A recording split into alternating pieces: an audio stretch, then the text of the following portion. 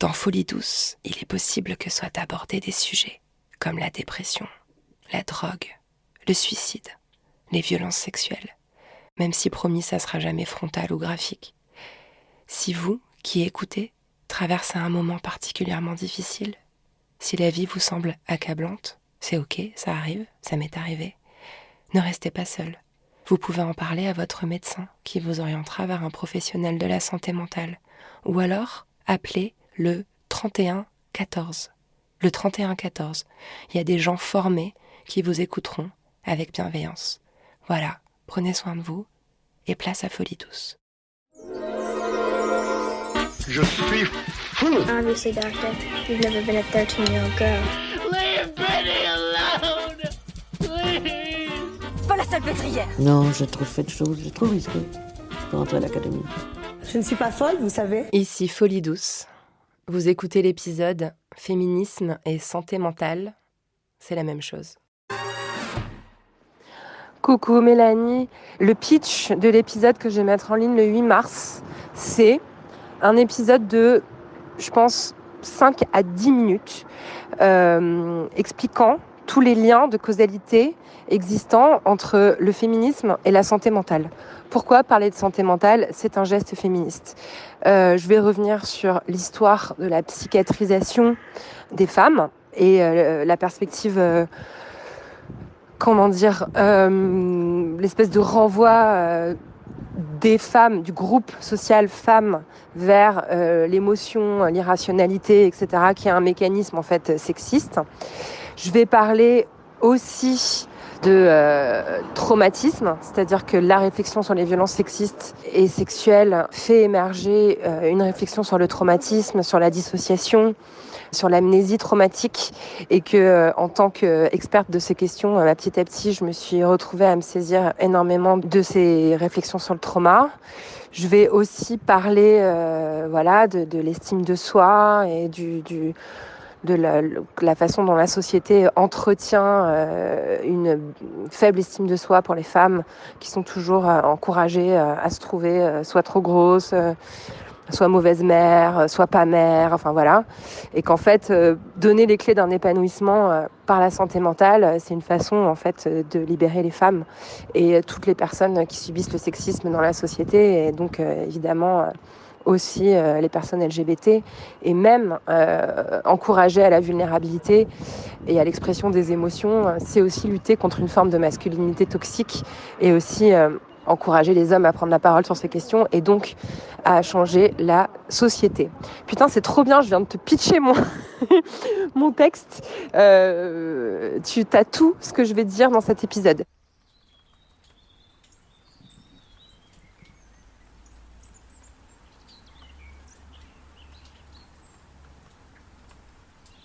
Homebody de Rupi Kaur.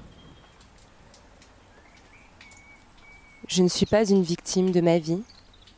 Ce que j'ai traversé a fait sortir de moi une guerrière. Et c'est mon plus grand privilège d'en être une. Je vous écris ce texte le 5 mars 2024. Je me suis mise en tête pour le 8 mars de publier un épisode qui explique pourquoi féminisme et santé mentale, c'est si lié que j'arrive plus à démêler les deux. Ça fait comme le lierre qui s'enroule sur l'écorce d'un chêne. Je peux pas arracher l'un sans abîmer l'autre. C'est plus que coller, c'est interpénétrer. Je ne sais pas par quel bout prendre les choses. Hier, je l'ai expliqué d'un seul jet dans la note vocale que j'ai envoyée à Mélanie, qui travaille avec moi sur les partenariats. Bon, je vais la coller en introduction, vous aurez une petite idée, comme ça. Hier soir, j'ai fureté dans ma bibliothèque pour retrouver des traces de santé mentale dans les textes féministes que je consulte depuis des années. Très vite, j'en ai trouvé plein. Je suis allée me caler dans le jardin avec mon micro. Il y avait les oiseaux du soir qui chantaient et des gros nuages de pluie qui s'accumulaient. À un moment sur un texte, je ne sais plus lequel, je suis sûre qu'il y a eu un coup de tonnerre.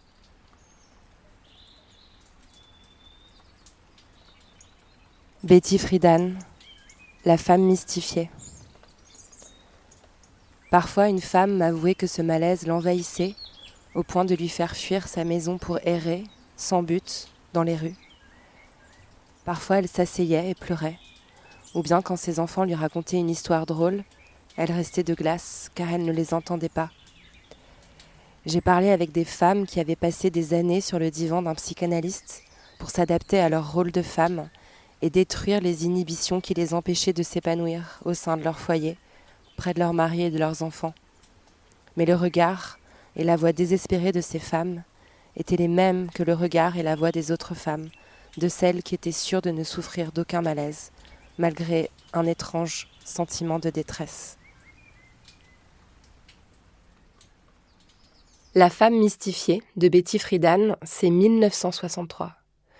On considère souvent ce texte comme l'étincelle qui a mis le feu aux poudres et déclenché à terme la vague féministe des années 70. Elle parle de malaise, de désespoir, de détresse. Rappelez-vous en 2016, quand on a commencé à parler de charge mentale, notamment grâce à la BD de Emma, on parlait de malaise, de désespoir, de détresse.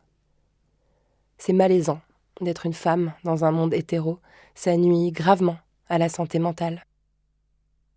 Je vous écris ce texte le 5 mars 2024 et hier, les législateurs français réunis en congrès ont inscrit le droit à l'interruption volontaire de grossesse dans la Constitution. C'est un moment historique. Des femmes sont mortes et meurent encore des avortements clandestins, qu'elles soient avortées ou avorteuses. Alors bien sûr qu'elle était justifiée, la clameur qui s'est élevée hier soir quand ce droit, qui n'en était pas un il y a 50 ans, s'est retrouvé inscrit dans la Constitution. Mais nous autres féministes, on sait aussi les déserts médicaux, les violences gynéco, les stérilisations forcées dans les territoires coloniaux et la transphobie du texte qui continue de faire comme si tous les utérus étaient féminins. Nous autres féministes, on sait les 900 féminicides, les Depardieu, fierté de la France, la chasse aux femmes voilées et la criminalisation des prostituées. Et bien sûr, Darmanin, inamovible. Je sais qu'il a été relaxé, etc., mais je sais pas, moi je m'en remets pas en fait. Donc, encore un constat. Être féministe, c'est être victime d'un gaslighting permanent et géant. Le gaslighting est une méthode de manipulation mentale qui fait douter la victime de sa propre perception. Allez les féministes, réjouissez-vous, les choses progressent, souriez un peu. Scum Manifesto de Valérie Solanas.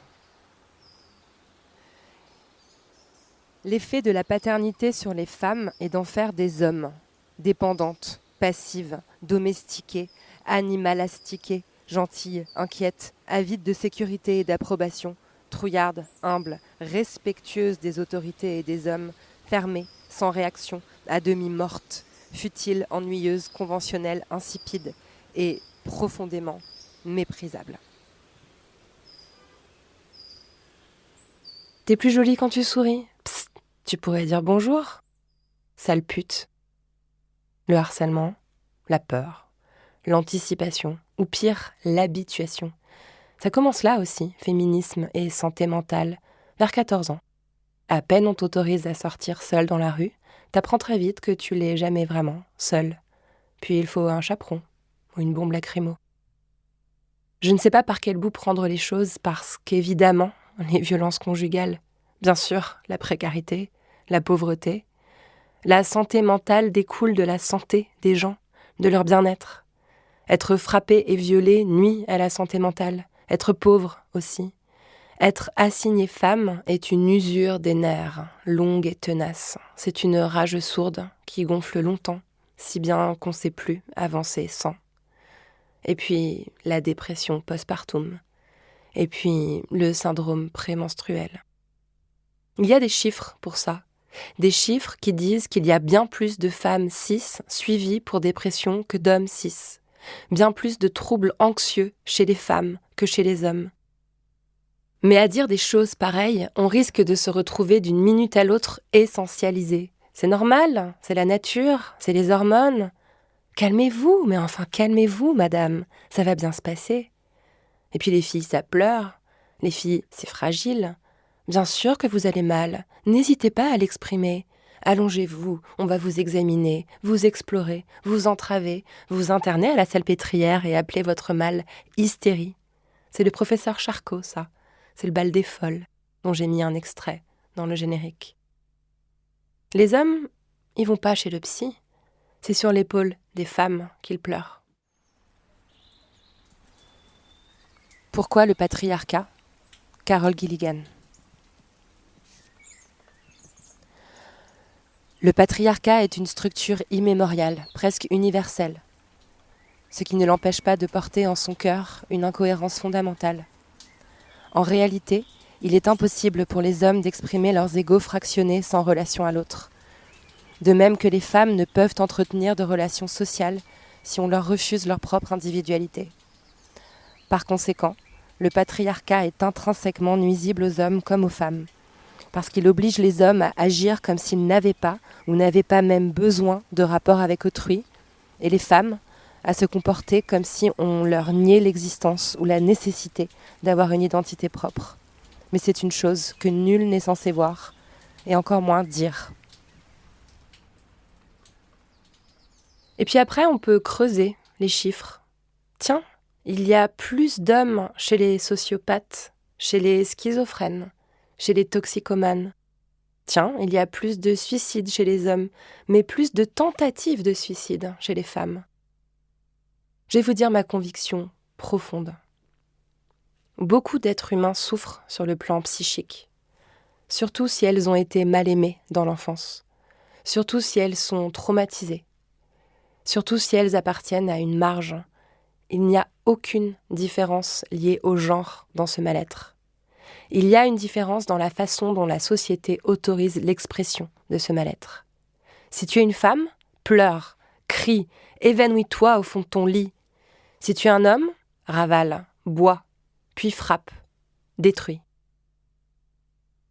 La conviction de pouvoir maîtriser son existence est un facteur important d'équilibre psychique.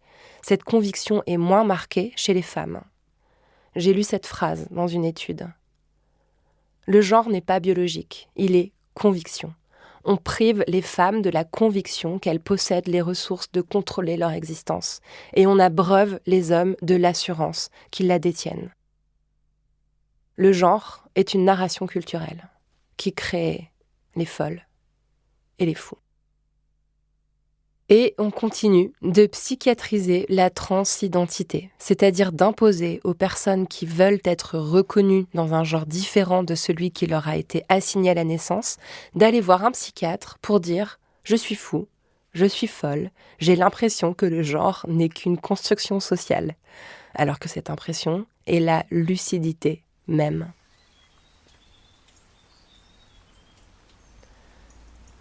Je suis un monstre qui vous parle. Paul B. Preciado.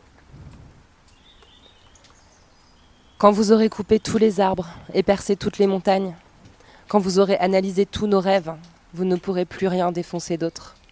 La terre sera alors une décharge, un énorme corps trans, démembré et dévoré. Les corps des colonisateurs et vos corps à vous, chers psychanalystes, seront enterrés avec les organes trans que vous nous aurez pris. Mais les organes que nous n'avions pas ne pourront jamais être enterrés. Nos organes utopiques vivront éternellement. Ils seront les guerriers des frontières. Je suis devenue féministe à force d'être traitée de folle. Folle parce que colérique. Folle parce que méfiante. Folle parce que pas douce, pas soumise. Parce que vivante, attentive, libre. Un jour, j'ai tout fait et j'ai demandé à ce qu'on m'enferme. Je me tapais la tête contre un mur pour faire taire une voix qui me répétait qu'être moi était impossible. D'un coup, je pensais à Camille Claudel, à Madeleine Pelletier, à Théroigne de Méricourt, à ces femmes qui réclamaient la liberté de créer, de vivre hors du genre, de voter, de se battre, et qu'on a enfermées.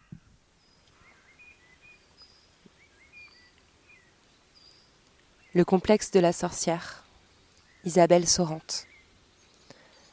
Nulle part, aucune étude, aucune hypothèse d'une empreinte sur le psychisme, comme s'il ne s'était rien passé, Ou plutôt, comme si cela s'était passé mais n'avait pas laissé de traces en moi. Comme si c'était impensable que des événements survenus en Europe, des meurtres commis entre l'invention de l'imprimerie et le siècle des Lumières, aient pu laisser d'autres traces en moi que les traces officielles, les traces racontées dans les livres d'histoire. On dirait que c'est impensable, indicible, comme une cicatrice à la forme étrange, dont on préférerait ne jamais connaître l'origine. Je commence à me demander si cette omerta ne fait pas partie du complexe. Ensuite, j'ai fait une thérapie. Une thérapie qui n'était pas une psychanalyse. La psychanalyse. En voilà un autre endroit patriarcal as fuck. Ces histoires de petites filles qui rêvent de pénis. Le complexe d'Oedipe, on est sérieux là ? Le temps qu'il a fallu pour qu'émergent les voix des incestés, des violés dans l'enfance. D'abord les femmes, puis les hommes qui sont en train de commencer à parler là, maintenant. J'ai rencontré une partie de ces femmes et une poignée de ces hommes. Le viol, surtout quand il surgit dans l'enfance, laisse sur le psychisme une marque indélébile et invisible. Il engendre des amnésies post-traumatiques qui transforment le crime originel en un acte fantôme.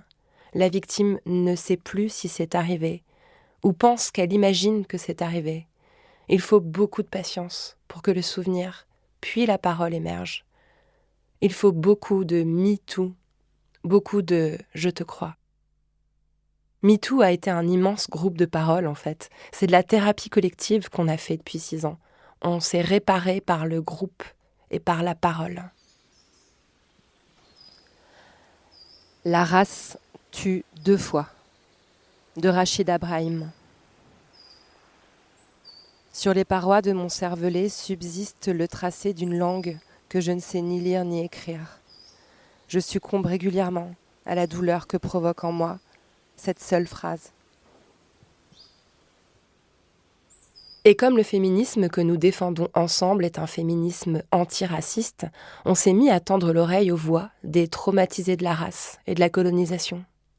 On s'est mis à comprendre combien l'oppression systémique, quel que soit son aspect, produit des psychés individuelles déformées par le trauma.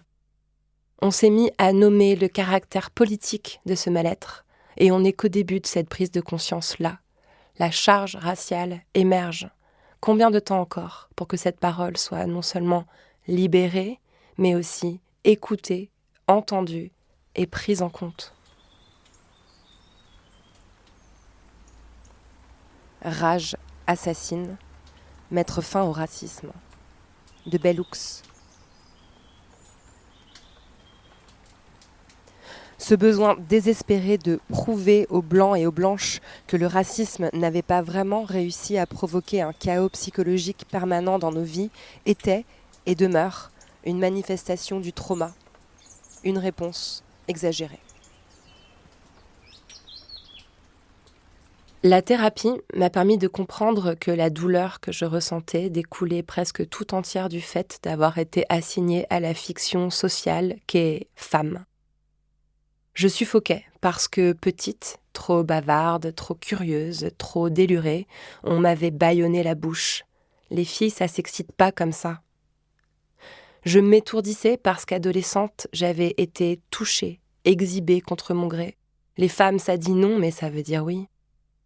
Je me dissociais parce que ma sœur tuée parce que femme, par un tueur parce que homme, parce que douceur d'un côté, violence de l'autre, parce que mal-être, partout, écoute, nulle part, réparation, jamais. J'ai décortiqué toutes les couches et je me suis sentie mieux, parce que tout, absolument tout, là-dedans, était politique. Bleuet, de Maggie Nelson.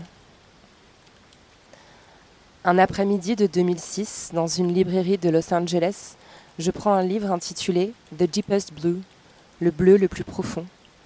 M'attendant à un traité chromatique, je suis saisie d'embarras en voyant le sous-titre « Comment les femmes affrontent et dépassent la dépression ». Je le repose bien vite sur son étagère.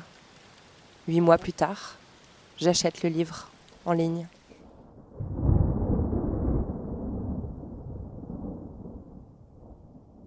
C'était à la fin de Maggie Nelson, l'éclair, évidemment. La thérapie m'a fait repenser à ma grand-mère. Quand j'étais petite, elle me gardait. Parfois, elle tournait en rond en fumant des cigarettes sans me parler.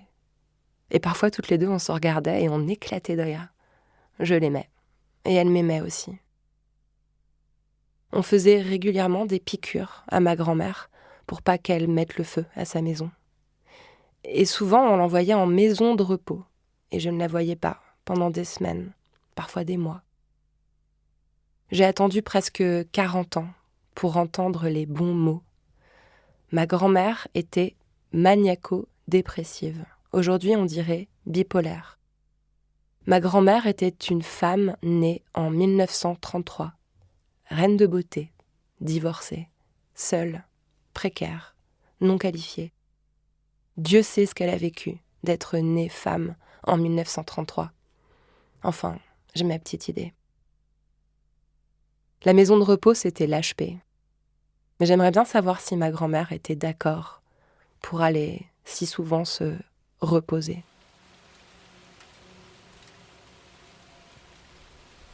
Charge de 13.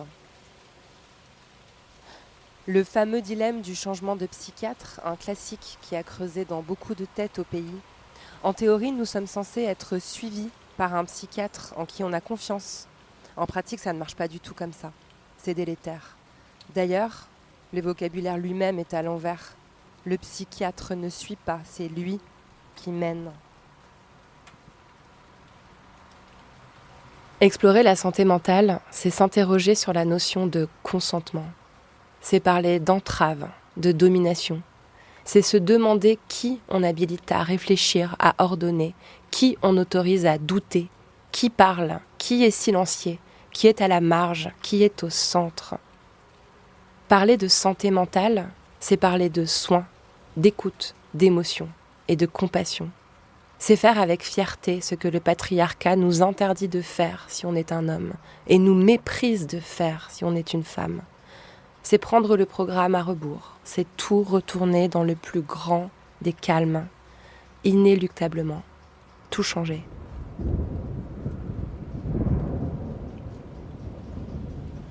Parler de santé mentale et parler de féminisme, c'est la même chose. J'arrive même plus à démêler. Alors on va faire ça doucement, au fil des épisodes, des livres et des newsletters. On va le faire pas à pas, côte à côte, en respectant tout le monde en route, les grands et grandes éclopés, les légèrement égratignés, les complètement paumés, et les comme moi, presque guéris.